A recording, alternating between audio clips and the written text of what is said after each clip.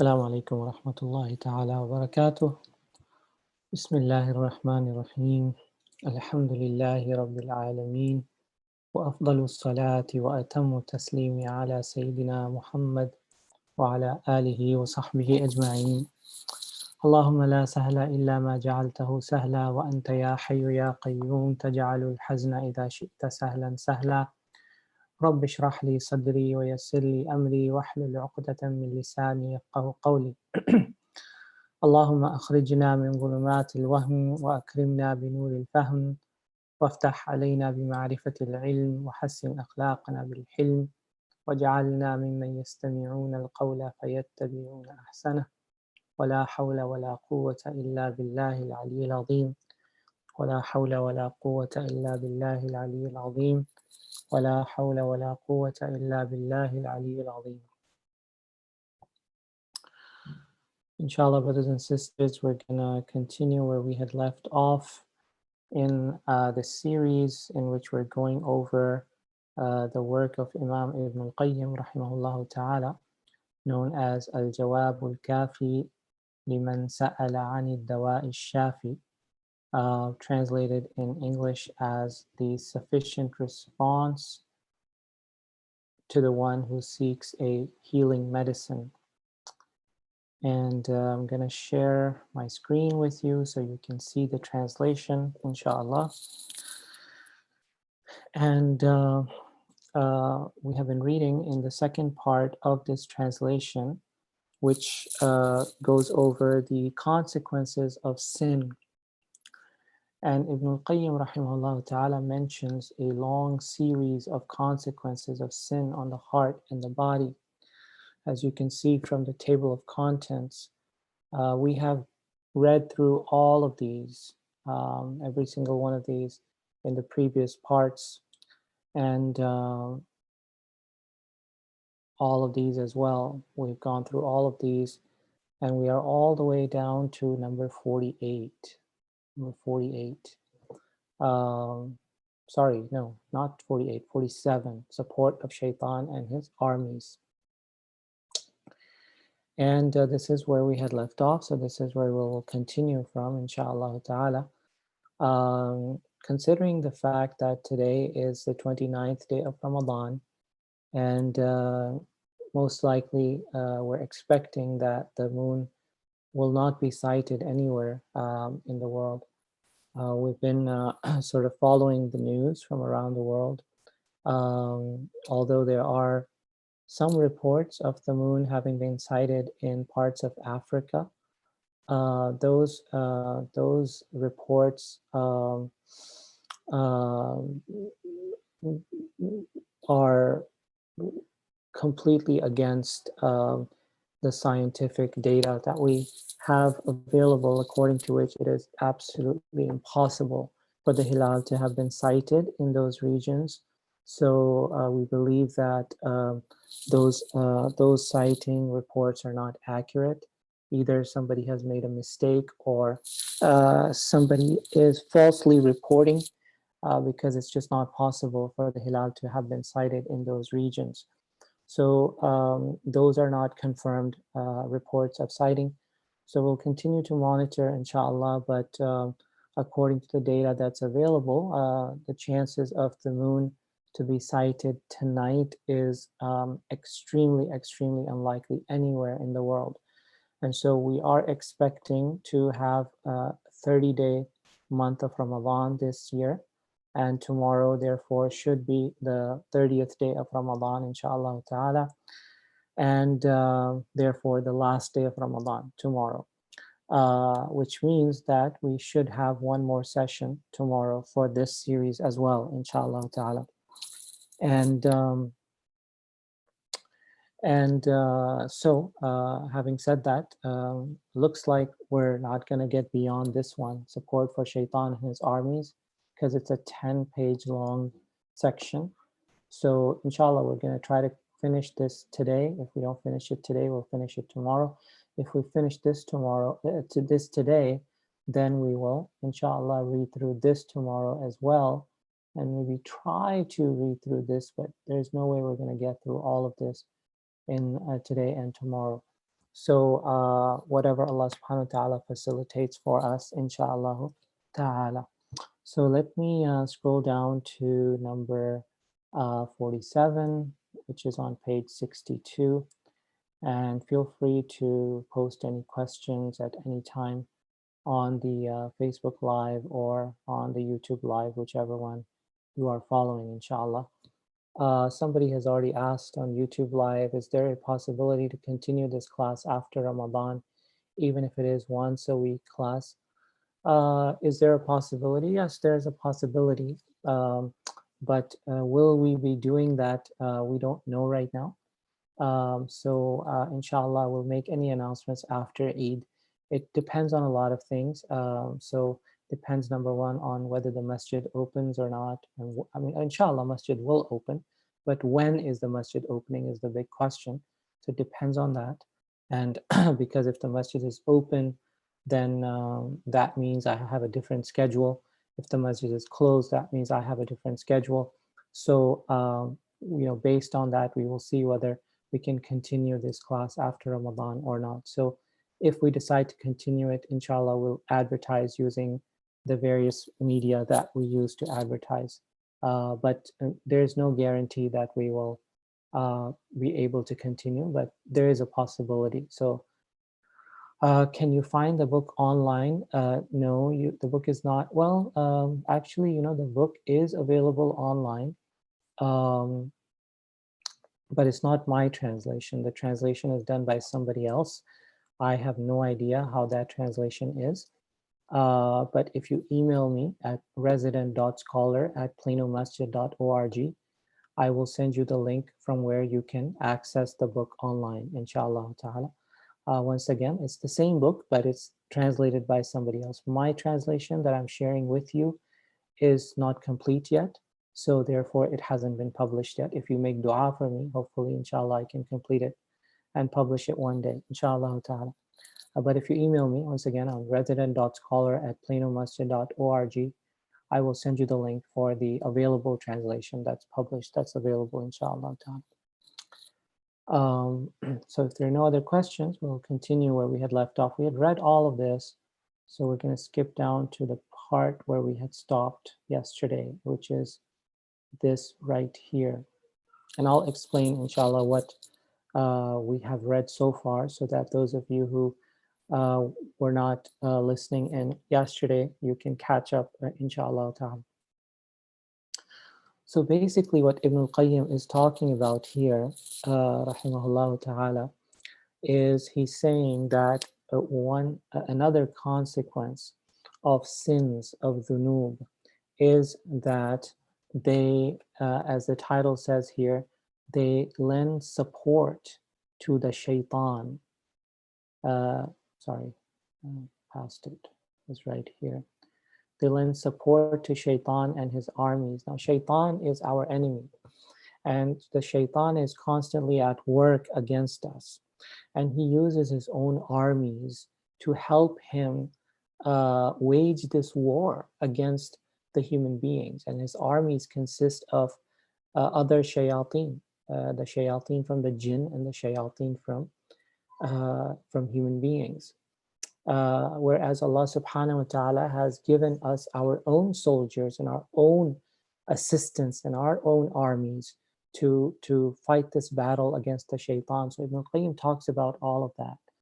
And he then says that, when we disobey Allah subhanahu wa ta'ala, we are lending support to the shaitan against our own selves, And then he comes to this paragraph. So let's read from the beginning of this paragraph and see what we can learn, inshallah. So he says, now look within yourself at the encounter between the two armies. So he's talking about the army of the shaitan and the army of Allah subhanahu wa ta'ala that he has put at our disposal to fight this battle against the shaitan. And the clash between the two, between their troops. Look how your enemy gains the upper hand at times and how you gain the upper hand at other times. Look at the king of the disbelievers, shaitan, how he advances with his troops and soldiers and discovers the heart seated on the throne of its castle, while its assistants swiftly execute its command, and its soldiers surround it, fight for it, and defend its territory.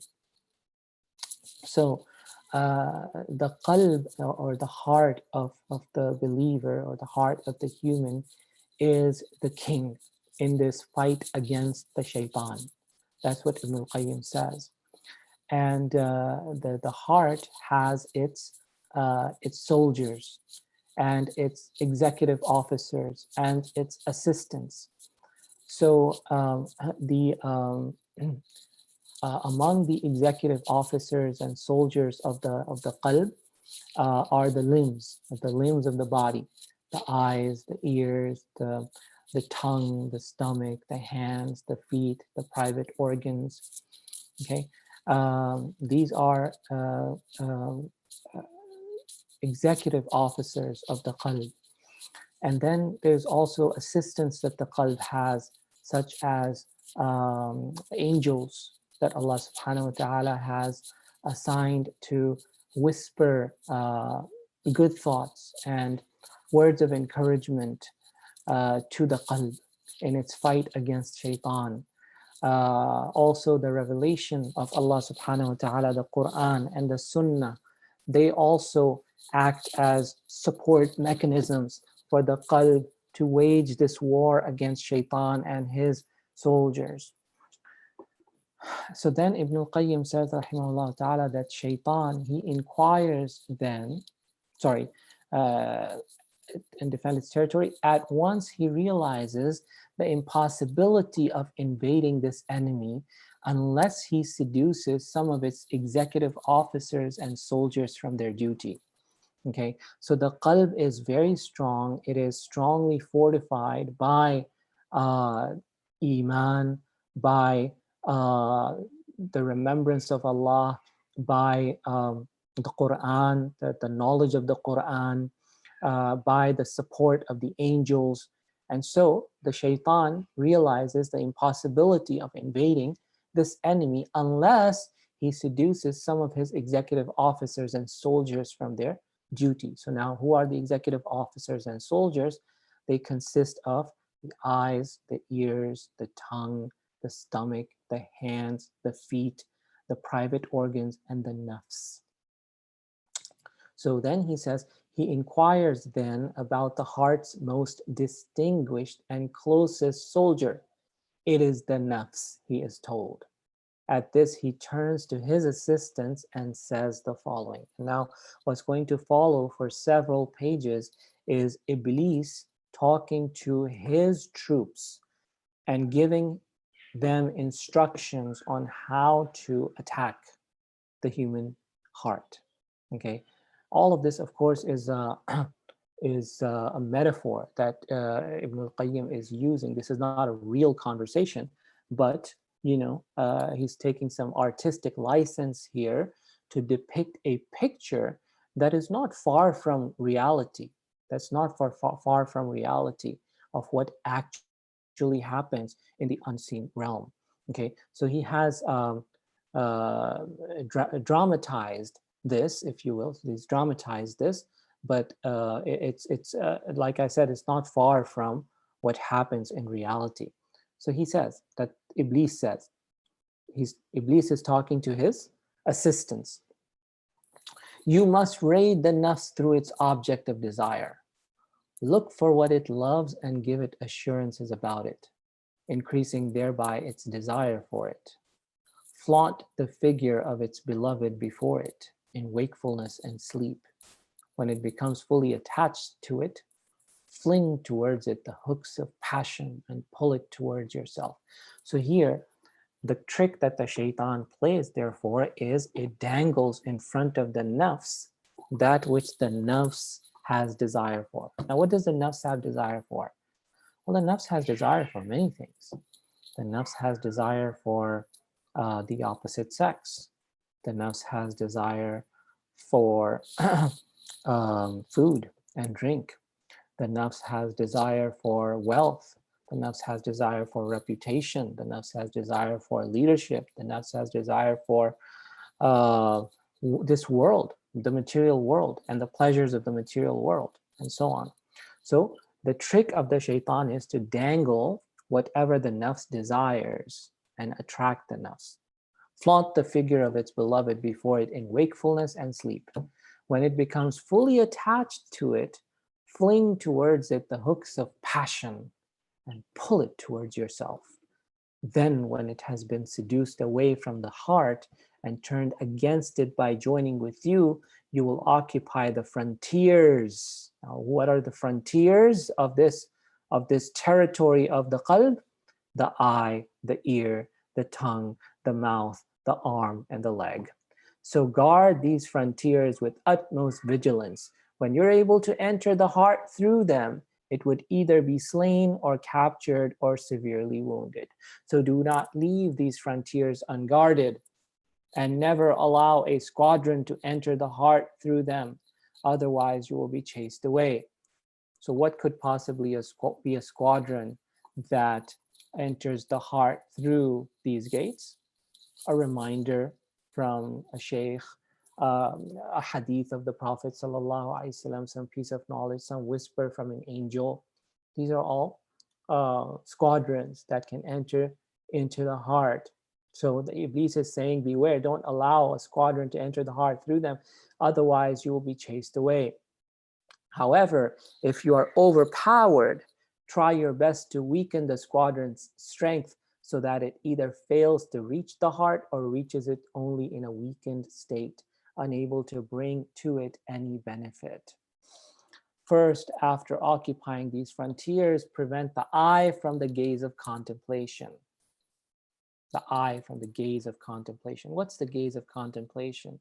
You know, when we look at the creation of Allah subhanahu wa ta'ala, the heavens and the earth, the stars, the planets, the sun, the moon, the trees, the mountains, the rivers, you know, when we look at these creation of Allah with a reflective eye, that's what he's talking about, because that assists the qalb in its fight against shaitan.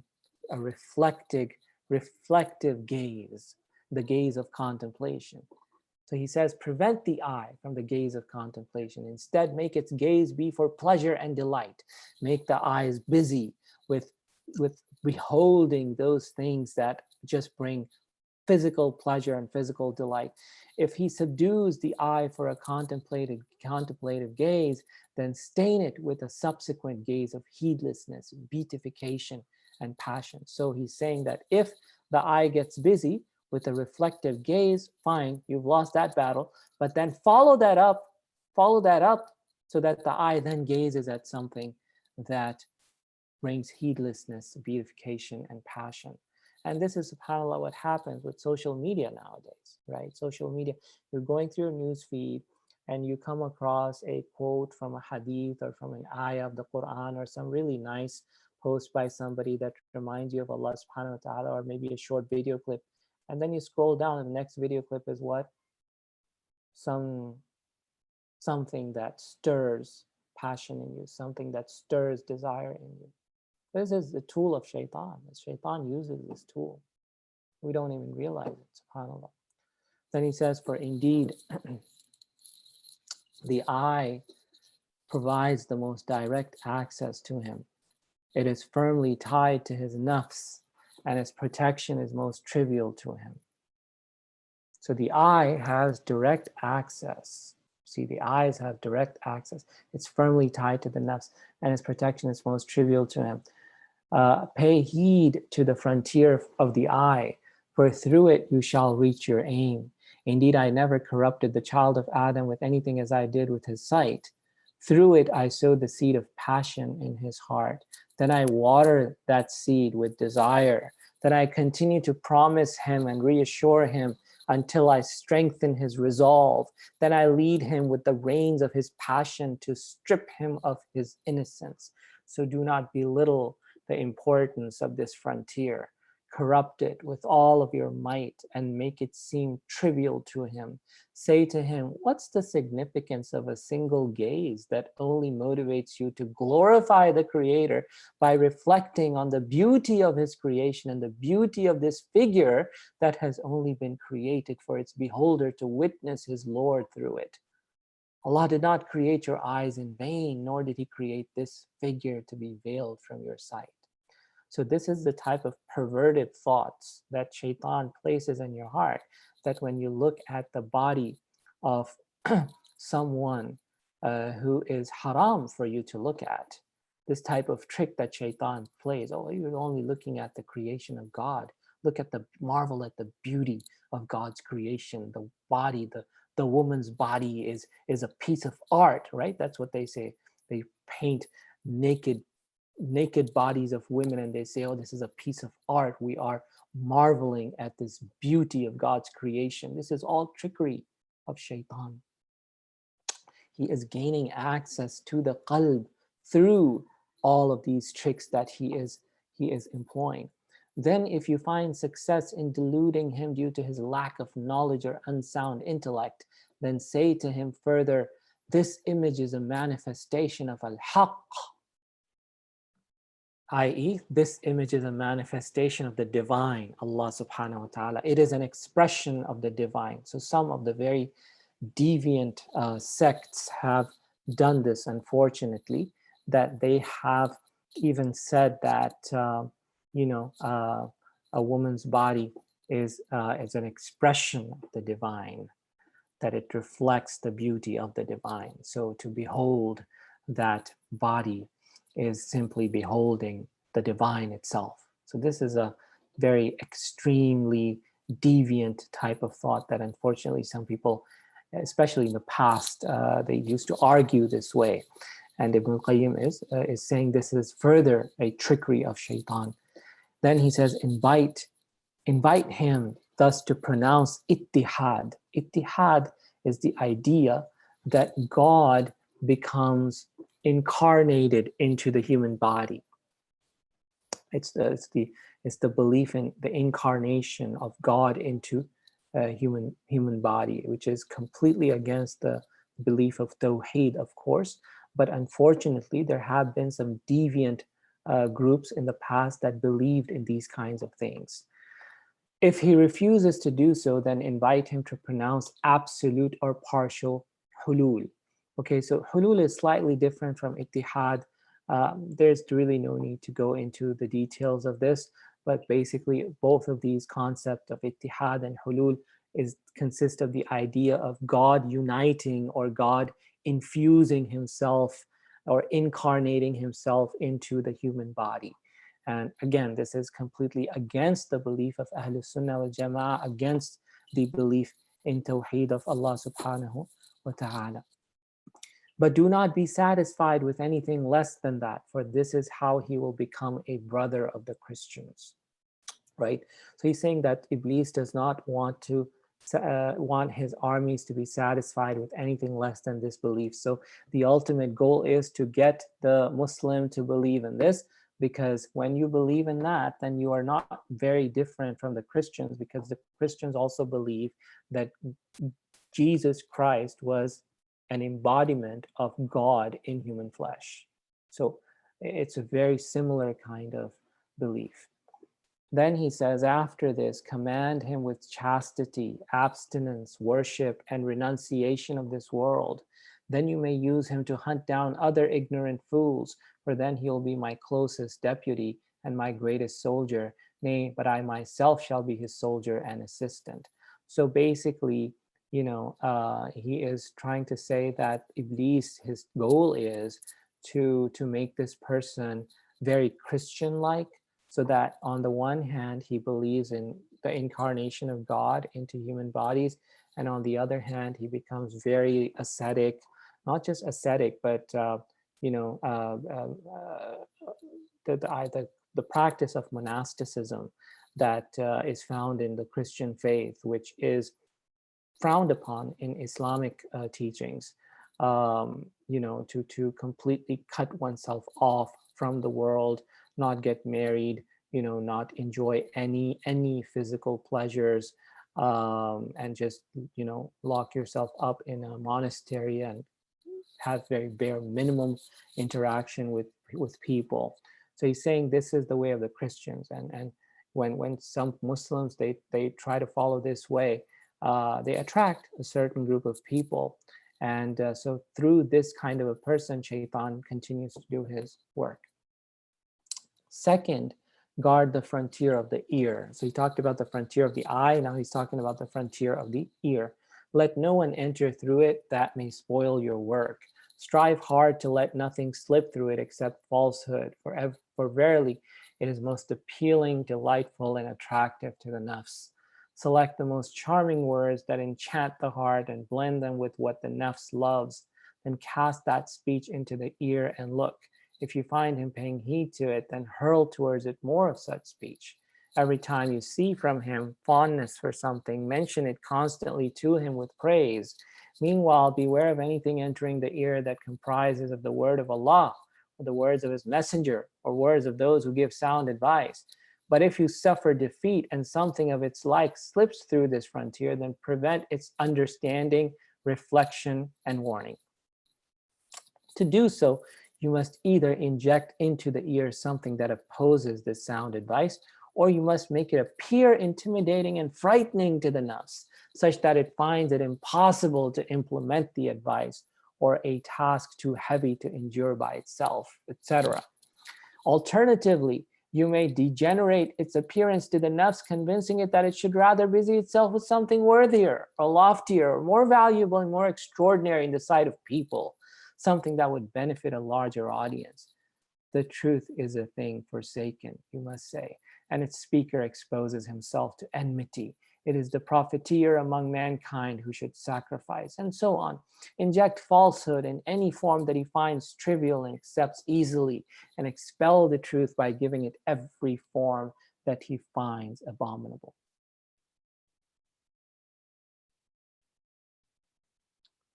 Okay, so we're gonna skip this footnote right here. Keep going. Third, guard the frontier of the tongue, for indeed it is the greatest frontier and leads directly to the sovereign. The sovereign again is the heart, the qalb. Make such speech flow through the tongue that brings man harm and no benefit. At the same time, prevent the tongue from pronouncing anything that might bring benefit, such as Allah's remembrance, seeking his forgiveness, reciting his book, giving counsel to his servants, and imparting beneficial knowledge. You possess two means, both of which will prove remarkable in giving you triumph over this frontier. So do not hesitate to exploit either one of them. The first of these is speaking falsehood. Indeed, the one who speaks falsehood is your brother and your greatest soldier and helper. The second of these means is silence from the truth. Indeed, the one who observes silence from speaking the truth is your mute brother, just as the former is your speaking brother. It may be that the second brother proves more beneficial to you. So he's saying that people, Ibn al-Qayyim, basically what he's trying to point out here is that people misuse the tongue in two ways. They either misuse the tongue by speaking in ways that are displeasing to Allah subhanahu wa ta'ala. Or the other way of misusing the tongue is to be silent when you should be speaking. For example, when there's an injustice that is happening, that requires for you to speak out. To be silent in the face of injustice is a misuse of the tongue also. So both of these are ways in which Shaitan tries to trick you to misuse the tongue. The first of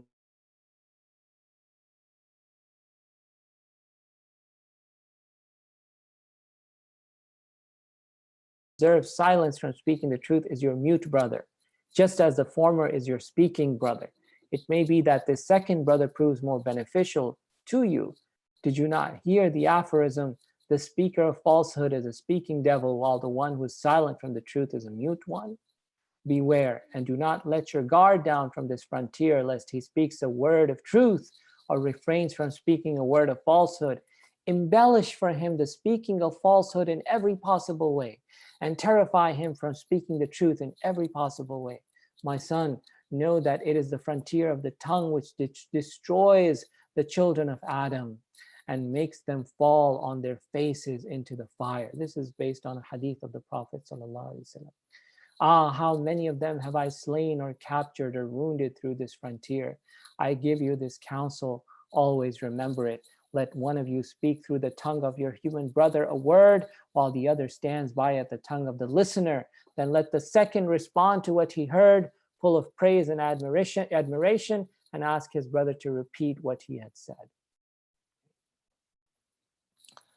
So once again, for those of you who might be joining in right now, Ibn al-Qayyim here is playing the devil's advocate. He is dramatizing how the shaitan talks to his armies and his assistants in his war against the human being, and what kinds of things he tells his cronies, the other shayateen, what kinds of instructions he gives to them to win his war against the human being. And the thing that he wants his cronies to focus on is the qalb. The qalb is the target. The heart is the target of the shaitan, and the way into the qalb is through the nafs. But then the gateways to the qalb are these gateways: the eyes, the ears, the tongues, and the rest of the human body limbs. And so he is giving instructions to his cronies regarding every single one of these frontiers, as he's calling them. Then he says, be helpers. So see, this is Iblis talking to his cronies. He tells them, be helpers of each other against man in every possible way. Enter upon him through every door. Lie in wait for him on every path he takes. Did you not hear the oath that I took in front of their Lord when I said, because you have thrown me out of the way, I swear that I will lie and wait for them on your straight path. Then will I assault them from before them and behind them, from their right and their left, and you will not find most of them grateful for your mercies. Have you not seen how I have sat on every path that the child of Adam takes, such that he never escapes me from a path except that I sit for him on another until I get from him what I want, even if I partially do so. Indeed, their Prophet ﷺ warned them of this and said to them, verily, shaitan sits on every path of the child of Adam. First, he sits on the path of Islam and says, will you become Muslim and leave your faith and the faith of your forefathers? When man rejects him and accepts Islam, he sits on the path of migration and says, will you migrate and leave your land and sky? When man rejects him again and migrates, he sits on the path of jihad and says, will you perform jihad so that you're killed, your property is divided among people, and your widowed wife is married to someone else? Likewise, you must also sit for him on every path of goodness. If one of them wishes to give charity, sit in his way of charity and say to his nafs, will you give off your wealth so that you become like this needy person and your status becomes equal to his? Did you not hear what I placed upon the tongue of man who was approached by a destitute for charity? He replied, this is our wealth. If we give it to you, then we'll become like you. Similarly, sit on his path of Hajj and say to him, its path is dangerous and arduous. Indeed, its journeyer risks the destruction of his life and property. In this way, sit for him on every path of goodness. Repel him by reminding him of the difficulties and dangers of that path. Then sit for him in the paths of disobedience and embellish them in the eyes of the children of Adam. Embellish them in their hearts, and let your biggest helpers in this task be women. Enter upon man through their door. What a wonderful people they are for him. And this is all alluding to the advice that the Prophet ﷺ gave as he passed away. He said, I'm not leaving behind a greater challenge, a greater fitna, a greater challenge for men than women. Number fourth, he says, be watchful over the frontiers of the two arms and legs. Prevent the former from striking and the latter from walking to anything that may harm you. Know that your greatest ally in guarding this frontier is appeasing the soul prone to evil, and nafsul ammara. Therefore, help it and seek its help, support it and seek its support. Join forces with it to wage war against the good soul, an-nafs al-mutma'inna, and strive hard to weaken its strength or destroy it completely. The only way to do this is to sever it from all reinforcements. Once the good soul is isolated, while the soul prone to evil is simultaneously supplied with reinforcements, and the latter soldiers are ready to obey your command, then capture the heart from its fortified castle, depose it from its kingdom, and place the soul prone to evil on its throne. An-nafsul amara, make him the king. Rest assured that it will only command what you love. It will never bring you what you dislike, and it will never object to anything that you command it with. In fact, it will comply with anything that you propose immediately, without any delay. Now, if you feel intense resistance from the heart to regain its kingdom and you wish for peace, then write a marriage contract between the heart and the nafs. So if you find it impossible to completely dethrone the qalb, then make a treaty between the qalb and the nafs. Make a marriage contract between the qalb and the nafs. To that end, embellish the nafs, adorn it like a bride, and adorn it and present it to the heart in the form of the most beautiful bride in existence. Say to the heart, taste the pleasure of this union and enjoy the wedding after having tasted the bitterness of war, fighting, and bloodshed. Look at the difference between the delight of this peace and the bitterness of that war, and leave this war whose burdens you have been carrying, for it's not going to end after a day. Indeed, it is a war that will go on until death, and such a long war will weaken your strength. So this is how the Iblis tells his cronies to seduce the qalb, to accept the nafs as its life partner. Instead of waging war against the nafs, get married to the nafs. End this war. Make peace with the nafs. But only a fool will get married to his enemy. Only a fool will get married to his enemy. So Iblis says, "O child, seek help from two great allies with whose help none shall overcome you. The first of these is heedlessness, ghafla. Keep the heart of the child of Adam heedless of Allah and the abode of the hereafter in every way possible.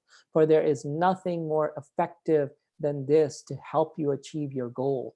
When the heart becomes heedless of Allah, you will gain power over it and it will become prey to your temptations. The second ally is passion, shahwa or shahawat. Embellish it in the hearts of men, beautify it in their eyes, and assail them with the armies of both allies, ghafla and shahwa, from both sides. You will not find anything more powerful against the children of Adam than these two, shahwa and ghafla. Support heedlessness with passion and passion with heedlessness. So make them support one another, ghafla with shahwa and shahwa with ghafla. Unite the two heedless men and use them against a vigilant man. So when there's two men that are in ghafla, that are heedless of Allah and the remembrance of Allah, make them friends with one another and then use them against somebody who is in the remembrance of Allah subhanahu wa ta'ala. One man cannot defeat five. Each of the two heedless men has a devil as his companion, which makes their number 4. And the devil of the vigilant man is with them. So he's saying that every human being has a qareen, has a shaitan with him. So if there's two heedless men, with their two devils, that's 4. And then the vigilant man has his own devil that's also whispering to him. So that's 5 enemies against one person, one human being. Whenever you see, so what he's trying to point out here is the danger of maintaining bad company. That even though a righteous person is righteous himself, when he's surrounded by even two people that are completely heedless of Allah subhanahu wa ta'ala, those are 2 people that are going to suggest things to this person, plus their shaitan who's going to act against him, plus his own shaitan. That's 5 enemies. So this underscores the importance of maintaining good company and hanging out with righteous people.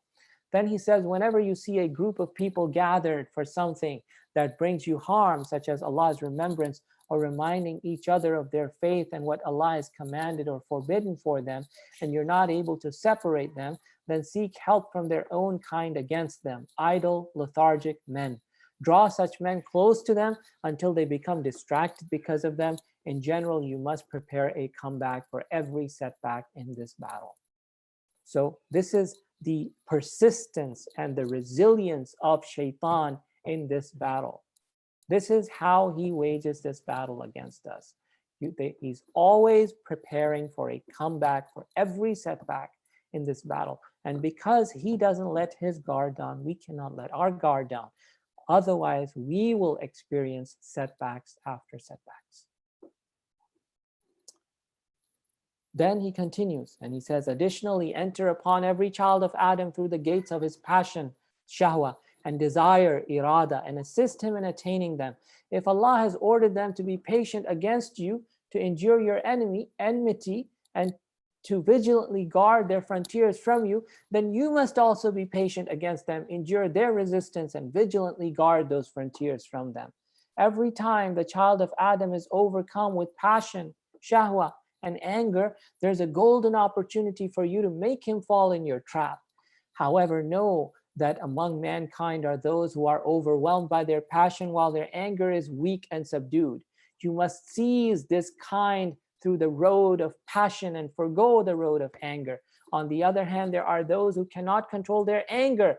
With them, you must not forgo the road of passion. Okay. Let's read this part again. Know that mankind are those who, among mankind are those who are overwhelmed by their passion while their anger is weak and subdued.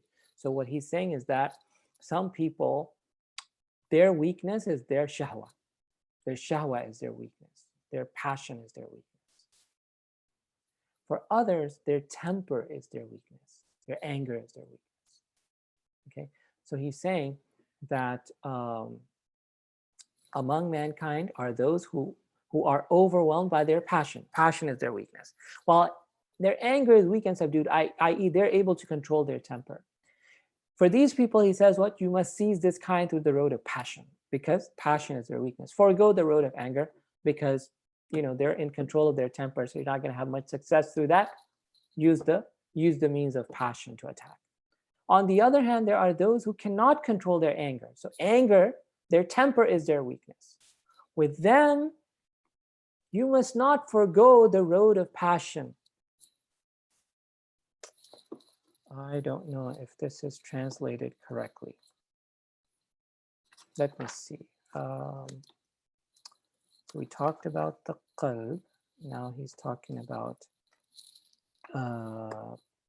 passions, right?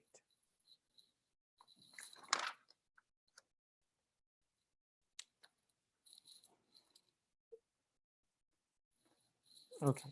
So in Arabic, he says, وَاعْلَمُوا أَنَّ مِنْهُمْ مَنْ يَكُونُ سُلْطَانَ الشَّهْوَةِ عَلَيْهِ أَغْلَبُ وَسُلْطَانَ غَضَبِهِ ضَعِيفٌ مَقْهُورٌ فَخُذُوا عَلَيْهِ طَرِيقَ الشَّهْوَةِ وَدَعُوا طَرِيقَ الْغَضَبِ وَمِنْهُمْ مَنْ يَكُونُ سُلْطَانُ الْغَضَبِ عَلَيْهِ أَغْلَبُ فَلَا تَدْخُلُوا طَرِيقَ الشَّهْوَةِ قَلْبَهُ فَلَا تَدْخُلُوا طَرِيقَ الشَّهْوَةِ قَلْبَهُ فلا تخلوا طريق الشهوة عليه ولا تعطلوا ثغرها فإن من لم يملك نفسه. Okay. Right, so this is translated correctly because of what's coming next. All right, so let's just continue reading and it'll make sense after a few words. Where are we? Okay, right. So on the other hand, there are those who cannot control their anger, right? So there are people who have a problem with their temper. So what does Iblis do with them? Let's backtrack a little bit.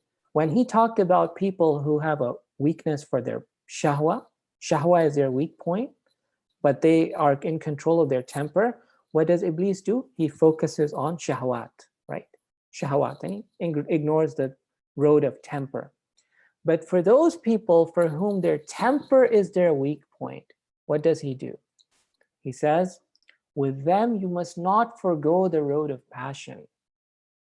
With them, you don't leave the road of passion. Why? It says, do not neglect this frontier, for the one who cannot control his anger can rarely control his passion. The one who doesn't have control over his temper also does not have control over his passion. SubhanAllah. Whereas the one who has control over his temper, may not be able to control his passion, but he can control his temper. But the one who cannot control his temper cannot control his passion either. SubhanAllah. So therefore, combine and mix between man's anger and passion. Call him to passion through the gates of anger and vice versa. Know that you do not possess a mightier weapon against the children of Adam than these two. Indeed, it was passion that caused the exit of his parents from paradise. Adam and Eve. Adam and Eve were caused to leave paradise. Why? Because of their passion. While it was anger that produced enmity between their children, right? So the children of Adam, they harbor enmity against one another. Why? Due to what? Due to anger. It caused them to sever their ties of kinship and spill each other's blood, and cause one of the two sons of Adam to kill his own brother. Right? So Habil and Qabil, the story of Habil and Qabil, one of them killed the other because of his temper, his anger with his brother. Know that anger is a burning coal in the heart of the child of Adam, while passion is a fire that rages from his heart. This fire can only be extinguished by water, prayer, Allah's remembrance, and magnification. Beware, do not let the child of Adam go near ablution or prayer while he's angry, for they will extinguish his fire of anger as well as passion. Indeed, so subhanAllah, wudu is not just helpful for temper, but it's also helpful for passion. SubhanAllah. Indeed, the Prophet ﷺ commanded them to do that, saying, verily anger is a burning coal inside the heart of the child of Adam. Have you not seen the redness of his eyes and the swelling of his jugular veins? So whoever feels anger, let him perform ablution. He also said to them, fire is only put out with water, and Allah has counseled them to seek help with patience and prayer. Therefore, keep men away from these and cause them to forget them. Meanwhile, seek help from passion and anger against them. Your most powerful weapons against them are heedlessness, ghafla, and following whims, hawa. On the other hand, their most powerful weapons against you are the remembrance of Allah and the opposition to whims. These are their mightiest forts. So if you see a man opposing his whim, run away from his shadow and never come near him. So this is the conclusion of this, dramatized conversation or soliloquy between Shaitan and his cronies that Ibn al-Qayyim uses to basically make the following point that he's going to mention next. He says, in short, sins and disobedience are weapons or aids by which the servant of Allah helps his foes against himself.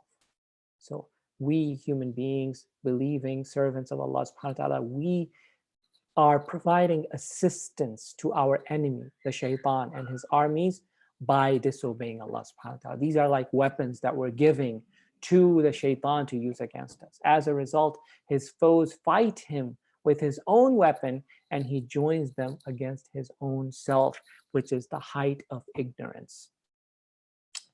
The foe does not exhaust the ignorant like the ignorant exhausts himself. So he quotes another verse of poetry here, which is مَا يَبْلُغُ الْأَعْدَاءُ مِنْ جَاهِلٍ مَا يَبْلُغُ الْجَاهِلُ مِنْ نَفْسِهِ. So he's going to conclude now, and he says, among the greatest wonders is when the servant strives with all his might to disgrace his own nafs, while he reckons that he's honoring it. When he strives to deny his nafs its lofty and noble rank and reckons that he's striving for its benefit. And when he strives with all his might to degrade, humiliate, and corrupt his nafs, while he reckons that he's elevating it and magnifying it. Some pious predecessors would say in their public addresses How many a man disgraces his nafs while he claims to bring it honor. How many a man humiliates his nafs while he claims to bring it dignity. How many a man degrades his nafs while he claims to magnify it. And how many a man squanders his nafs while he claims to be its vigilant guardian. It suffices of ignorance for a man to be with his enemy against his own nafs and exhausted by his heedlessness in a way that his enemy was not able to do so. And Allah is the source of help.